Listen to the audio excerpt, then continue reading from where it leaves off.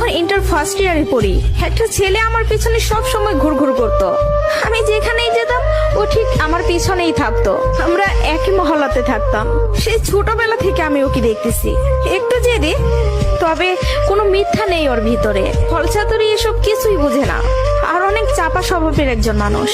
কষ্ট হলেও মুখ থেকে কোনো কথা বের করে না। ওই যে একটা কথা আছে না, বুক ফাটে তো মুখ ফুটে না। এমনকি আমি যখন ওকে দাঁড় করাই বলতাম কিছু বলবেন, ও বলতো না কিছু না। একদিন আমিও ওকে প্রপোজ করলাম আর বললাম আপনাকে দিয়ে কিছু হবে না, আমি সারাটা জীবন আপনার সাথে থাকতে চাই, আপনার বউ হতে চাই আমি। কখনো দূরে সরাই দিবেন না তো?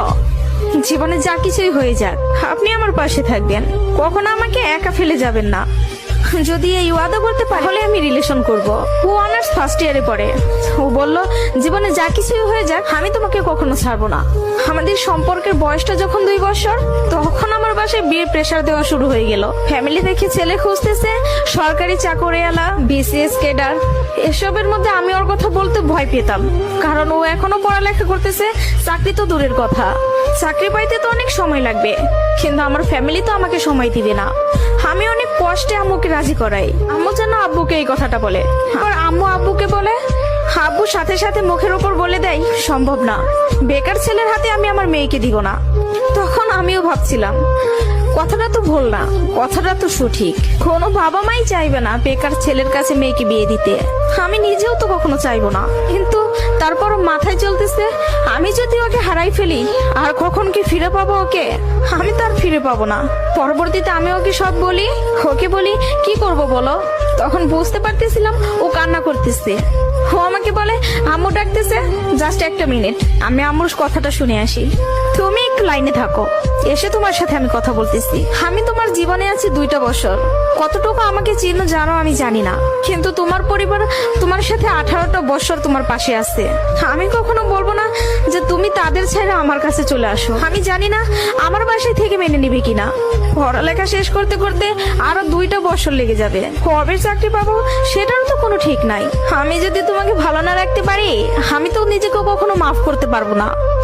আমার কাছে তোমার হাসিটা অনেক দামি, তোমার যেটা ভালো মনে হবে তুমি সেটাই করো। তুমি যা বলবো আমি সেটাতেই রাজি। এসব কথা শোনার পরে আর যাই হোক, একটা মেয়ে তার ভালোবাসার মানুষকে কখনো ছেড়ে যাইতে পারে না। আমি তখন একটা জিনিসই ভাবতেছিলাম, জীবনটা তো ছোট, আর আমি আমার এই ভালোবাসার মানুষটাকে হারাই ফেললে আমি নিজেই সারা জীবন আফসোস করব। এরকম কোনো ছেলে আর আমাকে ভালোবাসতে পারবে না, আমি ওকে ছাড়তে পারবো না। আমি বাসায় আবারও বুঝাই, তারা বুঝে না। তারপর আমি বাসা থেকে বের হয়ে যাই। বাসা থেকে বের হয়ে ওকে ফোন দেই আর বলি আমাকে নিয়ে যাও। ও তাড়াহুড়া করে বাড়ি থেকে চলে আসলো। আমি বললাম আমি তোমাকে বিয়ে করব। ও আমাকে বলে আমি বলছি না তোমাকে, তুমি যা বলবো আমি তাতেই রাজি আছি। তবে একটা কথা, আমার সাথে থেকে যদি 3 বেলার 1 বেলা খেয়ে থাকতে হয় পারবা? তার জন্য আমি সবকিছু ছেড়ে আসলাম, তার জন্য আমি সবই করতে পারবো। বিয়ের পরে ওর বাসায় থেকে ফোন দেয়, বলে বাসায় আয়। তারপর ওর বাসায় থেকে মেনে নিল, তার কিছুদিন পর আমার বাসায় থেকেও মেনে নিল। ভালোবাসার জায়গা থেকে যদি বলি, প্রিয় মানুষটাকে নিজের করে পাওয়ার মধ্যে অন্যরকম একটা সুখ কাজ করে, যে সুখটা কখনোই টাকা দিয়ে কেনা যাবে না। আর যদি বলি প্রিয় মানুষটার কথা, আমি ভুল মানুষকে ভালোবাসি নাই, আমার মানুষটা সঠিক ছিল। সেই মানুষটা আমাকে বিন্দু পরিমাণে কষ্ট দেয় নাই। আমি সবসময় একটা কথা বলি, ভালোবাসা সুন্দর যদি মানুষটা সঠিক হয়। প্রিয় মানুষটা যখন নিজের হয়ে যায় তখন এতটা শান্তি অনুভব হয় তা হয়তো বলে বোঝানো যাবে না। সুখে থাকতে ভালো থাকতে টাকা পয়সার আমূল প্রয়োজন পড়ে না, যদি ভালোবাসার মানুষটা পাশে থাকে।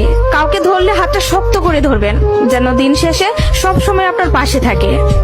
তো সবাই ভালো থাকবেন। ভিডিও